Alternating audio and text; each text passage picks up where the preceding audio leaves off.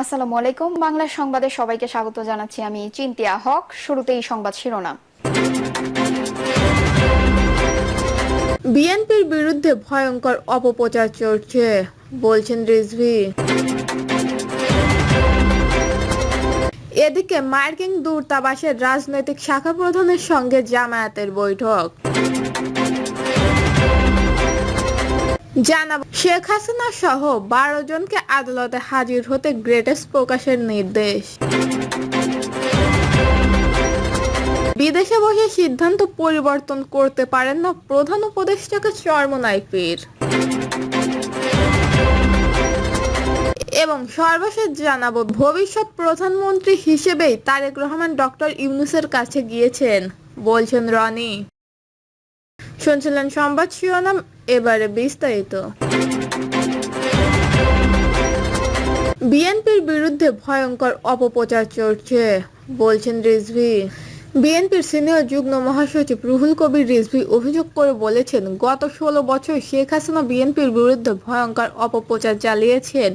সেই অপপ্রচার বর্তমানেও চলছে। অনুষ্ঠানে রিজভী বলেন, ফ্যাসিস্টবাদের নির্যাতনের হাত থেকে ডক্টর জুবাইদা রহমানের মতন মানুষও রেহাই পায়নি।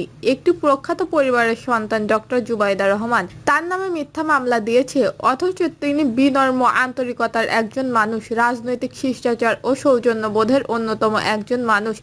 তাকেও তারা ছাড় দেয়নি। তাকে নানাভাবে হয়রানি করা হয়েছে, মিথ্যা মামলাও দেওয়া হয়েছে। তিনি বলেন, দেশ ছেড়ে পালিয়ে যাওয়া সাবেক প্রধানমন্ত্রী শেখ হাসিনা নিজের ইচ্ছামতো বাংলাদেশের ইতিহাস ও পাঠ্য বই রচনা করেছিলেন। দেশে গণতন্ত্র থাকলে এমনটা সম্ভব হতো না। পৃথিবীর কোনো গণতান্ত্রিক দেশে এটি সম্ভব না যা শেখ হাসিনা করেছেন। দেশে প্রকৃত গণতন্ত্র আসলে প্রকৃত ইতিহাস রচনা হবে, প্রকৃত গবেষণা হবে, যে গবেষণার ফলাফল দিয়ে আমরা দেশকে এগিয়ে নিয়ে যেতে পারবো। বিএনপির এই মুখপাত্র বলেন, দেশের সংকট এখনো কাটেনি। গণতন্ত্রকে ফিরিয়ে আনা এবং প্রতিষ্ঠা করতে এখনো অনেক কাজ করতে হবে। গণতন্ত্রকে ফিরিয়ে এনে তা সুপ্রতিষ্ঠিত করা, গণতন্ত্র সৌধ নির্মাণ করা, এই কাজগুলো আমাদেরই করতে হবে। মার্কিন দূতাবাসের রাজনৈতিক শাখা প্রধানের সঙ্গে জামায়াতের বৈঠক। ঢাকার মার্কিন দূতাবাসের রাজনৈতিক শাখা প্রধানের সঙ্গে বৈঠক করেছে জামায়াত ইসলামী। বৈঠকে দলের অভ্যন্তরের গণতন্ত্র চর্চা, দলীয় সিদ্ধান্ত গ্রহণের স্বচ্ছতা ও নারী ও সংখ্যালঘু সম্প্রদায়ের অধিকার নিয়ে দলটির দৃষ্টিভঙ্গি ও অবস্থান নিয়ে আলোচনা হয়েছে। এতে বলা হয়, জুলাই গণঅভ্যুত্থানের হত্যাযন্ত্রের বিচার, বিভিন্ন সংস্কার, আগামী জাতীয় সংসদ নির্বাচনে ও বিদ্যমান পরিস্থিতি নিয়ে বৈঠকে আলোচনা হয়। এর পাশাপাশি দেশে গণতন্ত্র প্রতিষ্ঠা, আন্দোলন ও সন্ত্রাস ও চরমপন্থার বিরুদ্ধে জামায়াতের ভূমিকা বিস্তারিতভাবে তুলে ধরা হয়েছে। বৈঠকে দূতাবাসের রাজনৈতিক শাখা প্রধান ম্যাথিউ বেল সঙ্গে তার আরও 2 সহকর্মী ও জামায়াতের নায়েবে আমির ডক্টর সৈয়দ আব্দুল্লাহ মোহাম্মদ তাহের ও কেন্দ্রীয় নির্বাহী সদস্য মোহাম্মদ মতিউর রহমান আকন্দও ছিলেন। 13 জুন লন্ডনে প্রধান উপদেষ্টার সঙ্গে বিএনপির ভারপ্রাপ্ত চেয়ারম্যান তারেক রহমানের বৈঠকে নির্বাচনের সময়সীমা নির্ধারণ করা যৌথ বিবৃতিতে ক্ষুণ্ণ জামায়াত মঙ্গলবার ঐক্যবদ্ধ কমিশনের সংগ্রাম বর্জন করেছে। এতে ডক্টর তাহেরের নেতৃত্বে দলটি অংশ নেওয়ার কথা ছিল। সংগ্রামে না গিয়ে এই জামায়াতের নেতা একই দিনে মার্কিন দূতাবাসে বৈঠকে অংশ নিয়েছেন। শেখ হাসিনা সহ 12 জনকে আদালতে হাজির হতে গ্রেটেস্ট প্রকাশের নির্দেশ। ক্ষমতায় অপব্যবহার করে পূর্বাঞ্চলে 10 কাঠার সরকারি প্লট বরাদ্দের মামলায় সাবেক প্রধানমন্ত্রী শেখ হাসিনা সহ 12 জনকে আদালতে হাজির হওয়ার জন্য গ্রেটেস্ট প্রকাশের নির্দেশ দিয়েছে ঢাকার একটি আদালত। ঢাকার মেট্রোপলিটন সিনিয়র স্পেশাল জাজ জাকির হোসেন গালিব গতকাল এই আদেশ জারি করেন। এই বিষয়ে প্রতিবেদন দাখিলের জন্য আগামী 1 জুলাই দিন ধার্য করা হয়।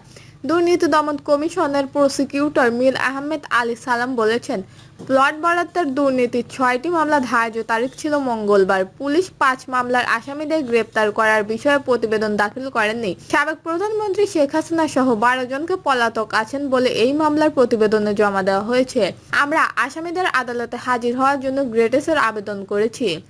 আদালত আসামিদের আদালতে হাজির হতে বিজি প্রেসের মাধ্যমে গ্রেপ্তার প্রকাশের নির্দেশ দিয়েছেন। 6 মামলার পরবর্তী তারিখ আগামী 1 জুলাই ঠিক করা হয়। ক্ষমতার অপব্যবহার করে পূর্বাঞ্চল নতুন শহরের প্রকল্পে 10 কাঠা সরকারি প্লট বরাদ্দ নেওয়ার অভিযোগে 14 জানুয়ারি সাবেক প্রধানমন্ত্রী শেখ হাসিনা সহ 8 জনের বিরুদ্ধে একটি মামলা করে দুদকের উপপরিচালক সালাউদ্দিন। মামলার তদন্ত শেষে গত 10 মার্চ আরও 4 জন সহ মোট 12 জনের বিরুদ্ধে আদালতে অভিযোগপত্র দাখিল করেন মামলার তদন্ত কর্মকর্তা দুদকের সহ পরিচালক আফনান জান্নাত কেয়া। বিদেশে বসে সিদ্ধান্ত পরিবর্তন করতে পারেন না, প্রধান উপদেষ্টাকে চরমোনাই পীর। অন্তর্বর্তী সরকারের প্রধান উপদেষ্টা ডক্টর মোহাম্মদ ইউনূসকে উদ্দেশ্য করে ইসলামী আন্দোলন বাংলাদেশের আমির মুফতি সৈয়দ মোহাম্মদ রেজাউল করিম বলেছেন, অন্তর্বর্তী সরকারের প্রধান উপদেষ্টা এমনভাবে একটি দলের সঙ্গে বিদেশে বসে বাংলাদেশের কোনো সিদ্ধান্ত পরিবর্তন করতে পারেন না। এটি আপনি করেছেন কেন তা আমাদের বুঝে আসে না। আপনি দেশে এসে জাতির কাছে ব্যাখ্যা দেবেন। ইসলামী আন্দোলন বাংলাদেশের আমির সৈয়দ মোহাম্মদ রেজাউল করিম বলেন, স্বাধীনতা 54 বছর চলছে।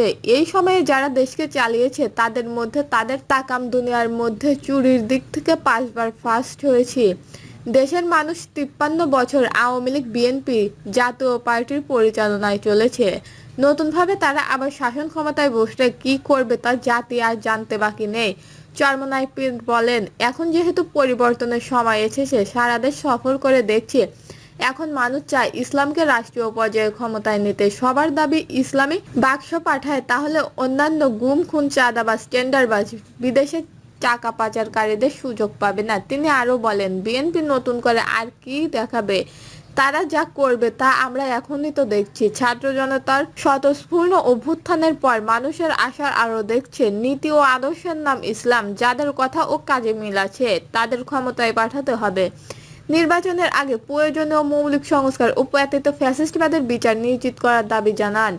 নির্বাচনের দামাটল সংস্কার ও বিচার যাতে আলাদা না হয় সেদিকেও খেয়াল রাখতে হবে। নতুন করে ফ্যাসিস্টবাদ প্রতিষ্ঠার সুযোগ দেওয়া যাবে না। তিনি আরো বলেন, 5ই আগস্টের পর মানুষ নতুন করে ভাবতে শুরু করেছে। তারা ইসলামের পক্ষে একটি বাক্স চায়। আমরা সেই লক্ষ্যে কাজ করছি। দেশের ইসলাম ও সমমনা দলগুলো কিভাবে কাছে এনে একটি বৃহত্তর সমঝোতা গড়ে তোলা যায় এবং নির্বাচনে একটি বাক্স দেওয়া যায়, সেটাই জনগণের চাহিদা। ভবিষ্যৎ প্রধানমন্ত্রী হিসেবে তারেক রহমান ডক্টর ইউনূসের কাছে গিয়েছেন বলছেন রনি। রাজনীতিবিদ ও কলাম লেখক গোলাম মাওলা রনি বলেছেন, বিএনপির ভারপ্রাপ্ত চেয়ারম্যান তারেক রহমান লন্ডনে অন্তর্বর্তী সরকারের প্রধান উপদেষ্টা ডক্টর মোহাম্মদ ইউনূসের সঙ্গে ভবিষ্যৎ প্রধানমন্ত্রী হিসেবেই দেখা করতে গিয়েছেন। রনি বলেন, তারেক রহমান ডক্টর ইউনূসের সঙ্গে দেখা করতে গিয়েছিলেন অত্যন্ত আড়ম্বরপূর্ণভাবে। তিনি যে গাড়িতে সেখানে গিয়েছেন সেটি ছিল অত্যন্ত দৃষ্টিনন্দন ও দামি। তার পরনে ছিল পরিপাটি পোশাক, চকলেট, জুতা। আমি গত 15 থেকে 20 বছরে তাকে এত পরিপাটি অবস্থায় দেখিনি। তিনি বলেন, এর আগে তাকে সাধারণত দেখা যেত পুরনো ভাঙাচোরা গাড়িতে করে এয়ারপোর্টে খালেদা জিয়াকে আনতে যেত, কিন্তু এবার তার যাতায়াতের বাহন ছিল একদম নতুন মডেলের ল্যান্ড লেভার ডিফেন্ডার, যা লন্ডনের মতো শহরে খুব বেশি দেখা যায় না। রনি আরো বলেন, তারেক রহমানের গাড়ির সামনে ছিল একটি রেঞ্জ রোভার ও মার্সারিজ, যা তাকে প্রকটল দিচ্ছিল। তিনি নিজে সামনের সারিতে বসে এসেছেন। সঙ্গে ছিলেন নিরাপত্তা গার্ডরা, যাদের হাতে ছিল উন্নত মানের সরঞ্জাম। সব মিলিয়ে যেন এক প্রধানমন্ত্রীর মতোই প্রকটল নিয়ে তিনি সেখানে হাজির হয়েছেন। গোলাম মাওলা রনির মতে, এই আয়োজন ও উপস্থিতিতেই বোঝা যায় তারেক রহমান নিজেকে ভবিষ্যতের প্রধানমন্ত্রী হিসেবে উপস্থাপন করতে ডক্টর ইউনূসের সঙ্গে সাক্ষাৎ করেছেন। দর্শক, এই ছিল এখনকার সর্বশেষ নিউজটি ভালো লাগলে একটি লাইক দিন, কমেন্টে আপনার মতামত জানান এবং আমাদের পাশে থাকার জন্য বেল বাটনটি অন করে রাখুন। ধন্যবাদ।